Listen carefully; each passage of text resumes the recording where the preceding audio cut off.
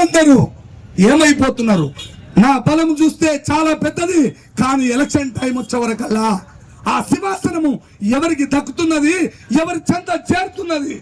మరి నా మేధావులందరూ ఎంతో మంది రాజకీయంగా ఎదిగి వివిధ రాజకీయ పార్టీలలో మీరు ఉంటున్నారు కదా. నా పెద్దన్నలు రాజ్యం కోసం, మన రాజ్యం కోసం మీరు ఎందుకు ఉండరని నేను అడుగుతున్నా. మన రాజ్యం కోసం ఇప్పుడు వాళ్ళ రాజ్యంలో మీరు మంత్రులు, ఎమ్మెల్యేలు, ఎంపీలుగా ఉంటారు కదా.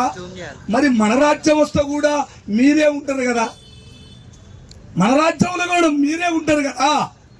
ఎందుకు ఇలా చేస్తున్నారు?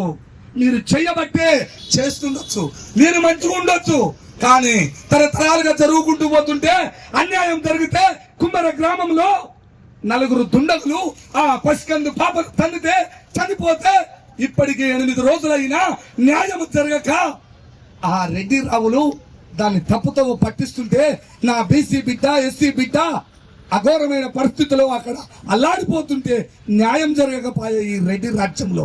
అదే నా బీసీ రాజ్యము, నా ఎస్సీలో, ఎస్టీలో ఆ రాజ్యంలో ఉంటే నా బిడ్డకు ఈ అన్యాయం జరుగుతుందని ఒక్క సంతకం పెడితే ఆ దుండగలు, ఆ రౌడీలు, ఆ గూండాలకు ఈ రోజు శిక్ష పడేది.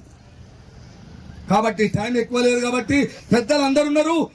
ఈ బీసీ రాజ్యం కోసం మీరు ఎక్కడి వరకు బయలుదేరితే 2028లో ఈ రాజ్యం పట్టుకోవడానికి మీరు ఎక్కడికి వెళ్తే నేనే కాదు, నా 2 కాళ్ళే కాదు, నాతో పాటు నా కర్ర కూడా ముందు 3 అడుగులతో ముందుంటదని ఈ సమాజానికి, ఈ పెద్దలకి ధైర్యంగా నేను మాట ఇచ్చి మేము ముందు సెలవు తీసుకుంటున్నాను.